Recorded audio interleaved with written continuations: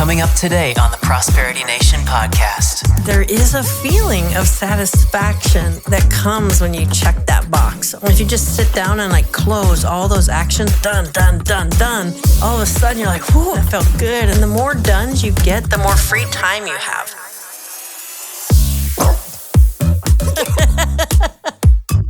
Welcome to the Prosperity Nation podcast. I'm Angie. And I'm Elise. And we're so glad that you're here. Well, at least I am. Are you, Elise? I am. I feel like it's been a while. I feel like I haven't seen you, and I don't know. Yeah. I know. We see each other every day. Well, here, this is like a different forum to see each other. So I feel like we're you mean like here. In the podcast? Yeah, that's true. We get to actually let our hair down and roll up our sleeves and be more natural and fun rather than the persona that we put on during work hours, I guess. Right. I don't know. I know. Well, how was your weekend? I don't think I asked you. Oh, you know what? My weekend was really fun. I have been so enjoying just hanging out with my family. Lately we're all going through these big life changes and, I'm in 2 cities, so I'm going back and forth. And man, it was like a heat wave. It was like 110 degrees up there and it was miserable. And I'm like, I should have just stayed in San Francisco. It was 63, I think, the whole time. Anyway, it was totally worth it because, family's more important than the weather for sure. And we were all sitting around kind of bored. We went to the dog park and just hanging out. And we're like, what are we going to do this afternoon? This town has nothing to do up there. I think they have a little tiny movie theater, but no one really wants to go to the movies. So we're like, I know, let's do family tattoo day. Oh my God, that's amazing. I know, right? So we're like, yeah, family tattoo day. So we called and found a parlor once they opened. And then it didn't work out because of artist. You know how that goes. Yeah. The time. You don't ever show up at a tattoo place and have it start on time. That's not a thing. So we got all prepared and then, he ran out of time. So I was like, come back tomorrow. So then on Sunday, we were going to go in and we are going to do it. And he didn't get the message. And so, we waited there for an hour and we're like, okay, this ain't happening this weekend. That is so funny. Are they matching? Yeah. Are they going to be matching or cohesive in any way or just random, but we're doing it at the same time? Yeah, we're going to do it at the same time, more of just for the spontaneity of it all because, I'm the kind of person yeah, sure, let's go get a tattoo. I usually do it when I'm on the beach, yeah, I'm on the beach. Let's go to the parlor. I like to do them randomly. I don't care. But, my daughter was a little bit more I don't know what I want. I want to think about it. I'm like, hey, for me, look, if I don't like it, I'll just get it removed. I had all my tattoos removed, 5 tattoos. It took me 8 years. It was the most painful thing I ever went through. I don't recommend it to anybody. Oh, no. And then 5 years later, I'm like, I like tattoos. And so I started getting more tattoos. I'm so ambivalent to it. Yeah, I'll get a tattoo or, it'll be meaningful or I'll cover it up or I'll change it. It's not that important, but it was a fun idea. But we didn't do it. That is so fun. Well, you have to update me. I know, because this next weekend, because they, the ideal scene would be to plan ahead, but we're just we don't want to plan ahead for that. That was a spontaneous thing to do because we were bored. That makes it more fun, though. And now you have a story, and it's not just a tattoo that you've been thinking about for years. It's one day, and it's just I don't know. I like those stories better than the super plan. So that's awesome. Yeah. That's well, fun. I thought through it, and I have a good idea for a tattoo, and I know where I'd put it. And if we end up doing it, I'll come back next week with a tattoo. If not, well, and you have to surprise me. You can't tell me. Okay. I like surprises myself. Oh, speaking of surprises, let's talk about our topic today, which has nothing to do with surprises. Are you ready? At all. Okay. Well, I think our topic today is the power of getting stuff done, right? I always say GSD. We are GSDers. GSD. Get stuff done. Now you're sensitive. I know. I do this. So I have 2 versions of it. So it depends on who I'm talking to. If I can be more casual or more aggressive, or the Sensei Angie karate teacher comes out and I'm like, get done, or I'm like, get stuff done if I'm trying to be more prim and proper and polite. GSD is just one of those phrases that we use. And I have shirts that say, I love done. And it's just such a high motivator for me to get things done, to not just leave these open, started, unfinished things. I'm the same way. It gives me anxiety if I don't have something done, and I'll get up in the morning, in the middle of the night. I'm like, oh, nope, I have to move that thing right now. Get out of bed. I'll go do it real quick just so I don't have to think about it anymore. So yeah. Yeah, well, you go ahead and do that. But I'm just kidding. I'm talking, the power of actually checking that box done. There's just not only the fact that you get overwhelmed and all this stuff is undone and starts building up this stress just by having undones, but there's something about the done box, that check it off. I think it's that same addiction like on the phones and the apps and the social media stuff getting ding, ding, ding, ding all the time. I think it's that same. It's just like a satisfaction and you feel accomplished. Like, I don't know about you, but I've had days where I feel so unproductive. So I'll actually start writing down everything I already did just so I can cross it off. But then, like you said, like there's such a satisfaction to it. Then I'm like, wow, I got so much stuff done today, even though like I already did it. You just feel good and you like want to keep going. And you're like, what else can I do? Well, one of the biggest things that I've learned lately, and even more so in the way we're helping clients achieve their goals, is it's not just anything getting done. It's not just random to-do lists or just list of stuff. It's like literally the steps that push you forward toward that goal, toward the vision, toward the outcome you're trying to get. Because we can totally get caught up every day in all the things we have to get done, the to-do list, the actions, the tasks, but none of them forward your goals. And then you get stuck with all of this administrative stuff or other things or distraction things that you're doing, and you're not putting your attention on actually doing the things that are going to push you forward toward that goal. And you end up dissatisfied in life because you didn't have time to do the thing you really wanted to do in life. And that's no good. So in focusing on, getting those goals achieved, because that's what we're all about here. It's like, you can't just wish for them and want them. I used to have this sign. I used to keep this sign up in my office, a big sign that I had to walk by every day. It said, stop wishing, stop wanting, just beep, bing, do it. Yep.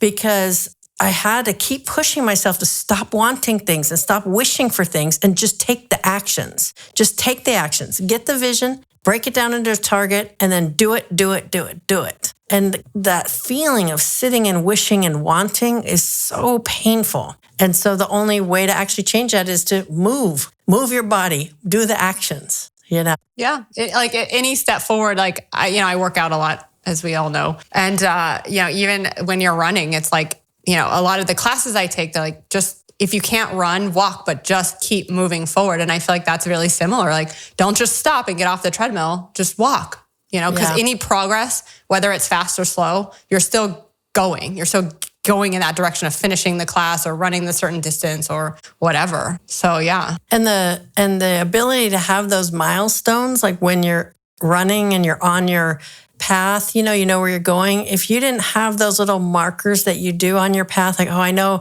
in 15 minutes, I'm going to hit that corner on the beach, or I'm going to have to turn right because that signal's always too slow, or whatever your either make up milestones or real milestones are, that really helps you to keep going because you know where you're going to break that down into segments, and then you're motivated to get the done in the segment. It reminds me of my daughter has been doing a puzzle, and so we go over and hang out and sit there in the heat wave and work on this puzzle. At first, I'm like, oh, this puzzle's ugly. Like, why did you even choose this puzzle? She's like, hey, it was a $5 freebie at Walmart. What the heck? A $5 freebie? Practically freebie, actually. But it's fine. It's just a house and some trees and whatever. But it's been really interesting because it's such an analogy for what we're doing here in our firm and how we're growing at all the different aspects of what we do, that ultimately, what's the vision of where we're going? And in this case, the puzzle, like what's the vision of the puzzle? And then the satisfaction of connecting the pieces. Like you sit there sometimes and you're just looking and looking and looking for pieces and nothing fits and you're trying it. And there's been so many times like, I'm out, see you tomorrow. And I just leave. I don't want the frustration of it. Yeah, but I think that's a good one too, because I don't know about you, but like when I have a puzzle, which I absolutely love doing puzzles, I have like a method, because if I just like dump all the pieces out and I'm just staring at a big, table full of just random pieces scattered, some of them are upside down, you don't even know what color they are. Like, it's like impossible. Mm-hmm. Yeah, exactly. So we always get the edge pieces first because they're the easiest, right? And then you have a framework to work within. And that's kind of what we're doing in, strategic planning or in our goal funding that we do. It's like, let's set the framework for what we're trying to accomplish here and then start working the pieces. And it just reminds me, because if you procrastinate on it, this is what happens over at her house. Like, if we procrastinate on it, then we eat dinner, and this is on a dining room table. Then she's like, next thing you know, her puzzle pieces are in the sink on the back, stuck to the dishes, and now we've got pieces on the table that were soaked in water, that all the color peeled off, so they're just cardboard shapes. And we're like, where do these go? So it's like, you can't procrastinate on it, or it'll get wrecked in the process if you procrastinate. But even when it gets really hard and like all the pieces look the same and you're like, I'm never going to get through this, I have such a tendency to just quit. I think so many times in my life, especially from my background, that there was just a lot of broken promises that I grew up with and then I started doing myself. And so when things got a little bit hard, I just quit. And it was like, same with the puzzle. I can see it happening. I get frustrated and I give up. And I'm just at a point where I'm really committed to saying, no, don't give up. Break it down into smaller pieces. Just try to fix this tree on the puzzle or just this one area. Don't worry about the whole puzzle and just focus on one area. Yeah. And at least with puzzles, that's what I do normally is I do the framework. It's like, what are we doing? And then I always sort my puzzle into groups of colors. So after I have the framework, now I'm like, okay, so here's all the blues and the reds and the greens and the trees. And like, I try to use the picture to like put them together. And then I do exactly what you do. I put all the brick housing pieces and I try to get those together. So then I have now a little brick home or whatever, and so it's literally just breaking it down into these small groups that I then start working on. Because sometimes when you have this big goal and like a puzzle, it's so overwhelming and you don't even know where to begin. And like you said, a lot of people just quit, but that's when you just now pick anything that will then just get that done to continue to forward in that direction. And I've had the same problem where I go like, well, I don't know what to do first. There's so much to do. Just pick anything, one thing, anything, get that done, move on. Another thing, pick it. Who cares if it's more important or not? But just preventing that stalling, it will just keep you going. Because the action is more important. That's the most important thing, is that you're doing something on it. You're not just stopped on it. Well, one of the biggest barriers that we see, and it happens all the time in financial planning, whether that's big retirement planning stuff or small goals that you're working toward, is not knowing how to take it from the vision of what you want into actually breaking it down into small enough steps where you can get done. And, we have a little trick that we do here on every project that we have, and we have it all set up in our project management system, that our rule is every single task in the entire system has to start with an all caps verb. It has to be an action item. It starts with all caps so that anybody can check it as a done when they're done with it. And one of the biggest problems or lack of being able to get things done is breaking those steps into actual steps. So many times they're just vague ideas like improve the filing system or something, and it's like, that's not a doable thing. How will you know when you're done if it starts with the verb improve? Yeah. There's no answer. You can't check that off. Right. So today, like even just talking with one of our clients, we just did this with one of them. Their goals, they came to us and they were just so vague. I want to continue my lifestyle or I want to improve my lifestyle. Yep. Yeah, continue is good. Don't die. Have the same lifestyle in 10 years that I have now. Okay. Right. Exactly. And like, okay, I want to fund my retirement. That's what people say. I want enough for retirement. And, my answer is always enough for what, right? How do I know if I have enough? Enough for what? It's always the same. And it's always to have the same lifestyle. And you're like, okay, great. But what does that mean?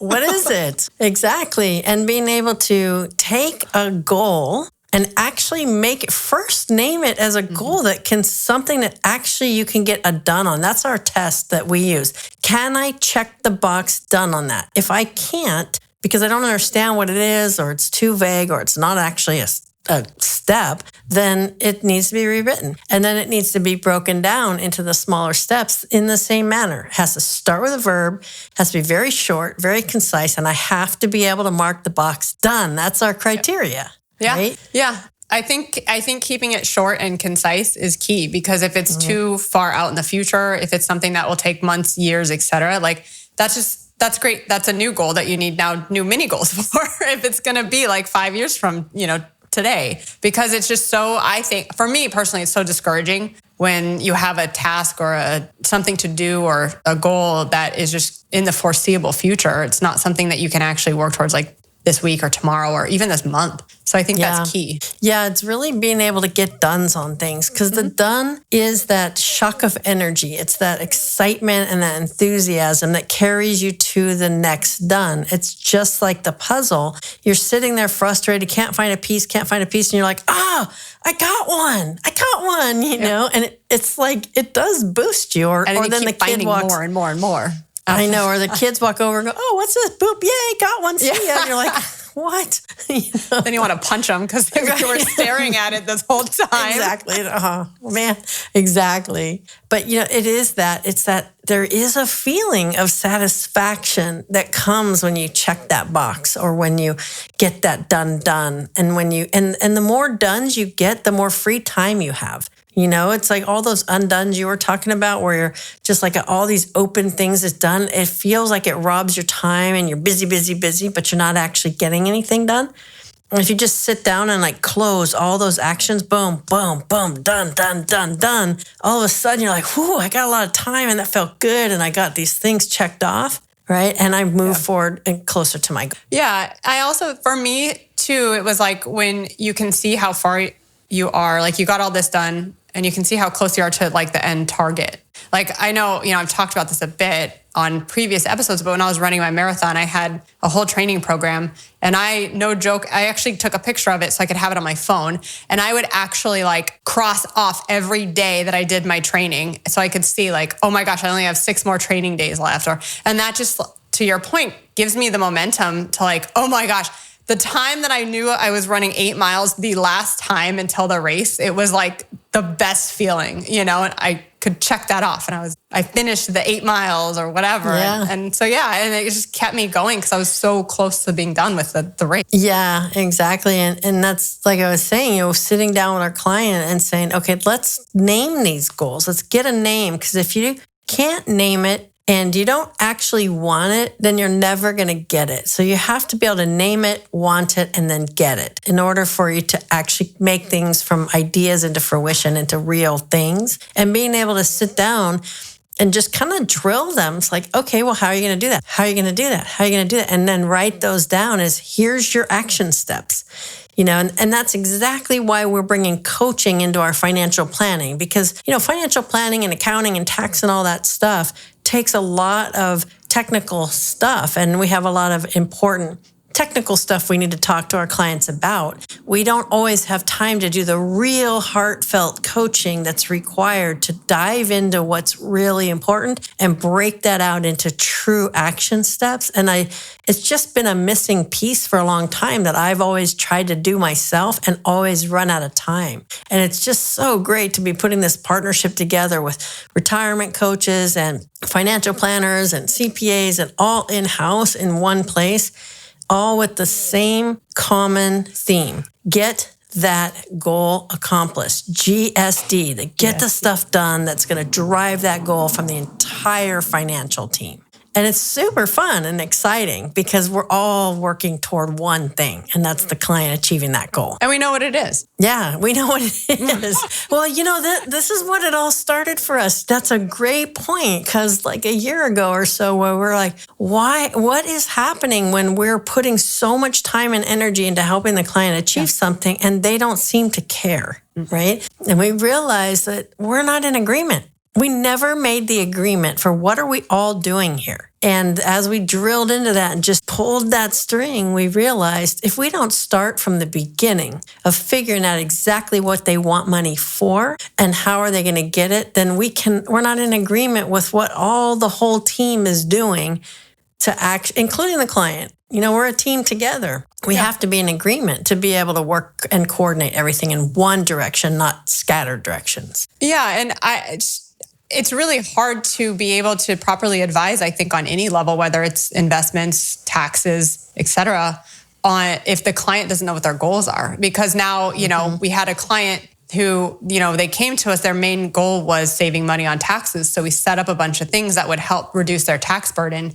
But then we found out months later that it was a different goal that they wanted now. So they didn't want that original thing that was set up, and so now it just created confusion because we weren't actually basing a lot of these decisions on what the bigger goal is. So we're doing all these putting out fires, if you will, or just making flash decisions or just quick decisions for each immediate goal that's coming up right now, but it doesn't really play into the long term. So now we're doing a bunch of work, then undoing it, and then redoing it, and then undoing it. And we're not really headed in any specific direction. So I think that's key, is to know what that goal is and be exact. Like you said, how much, what is the number? Not just I want to have money for retirement, but how much money do you want to have? How much money do you want to have a month? What are you going to do? What do you want to do? Yeah. So it's really important. Well, and then that's so true. And in that process, we learned another thing, which we'll have to talk about this on another episode or on our next episode, which is understanding where somebody is on the financial behavior ladder. We call it the prosperity ladder, where we have stages really defined as to certain behaviors and characteristics that people have on their prosperity journey. And when we get that wrong, when we get it mixed up, when we're dealing with somebody who's at a lower level on that ladder, but we're talking to them at a higher level, it's different behaviors, different actions, different drivers. And in the case you were just talking about, when somebody's down in confusion and doubt, then they can't make decisions. They go back on their decisions when they do. They ask a million questions, but never actually resolve. They don't get to a final yes or a final decision on it. Then when they do, and we start making forward progress, they start doubting it all, and they drop back into the doubt and confusion. Oh, you're laughing. Then we're all in confusion now at this point. Yeah, and then they drop Everyone's confused. We're all confused, and then they put the decision on us to make for them, and we're not going to do that. So then no decision. It just goes, it's round and round and round and round in the cycle. And that's just a symptom of where they are on the prosperity ladder. And I want to talk more about that. So I'll have to get to that on our next episode. So we should probably wrap it up for today. But we do want to hear from you. How can we hear from everybody, Elise? Well, we can hear from them by email at stories@prosperitynation.com. They can also like and subscribe to our podcast. They can follow us on social media, leave us comments there. I mean, there's so many ways. So we'd love to hear it. Awesome. Great. All right. Well, we look forward to it. Bye for now. Thanks for joining us today. Follow us on social media for the latest episodes, updates, and more. Like and subscribe to videos from us on YouTube, and find out more at prosperitynation.com. That's it for now. We'll see you next time on the Prosperity Nation podcast.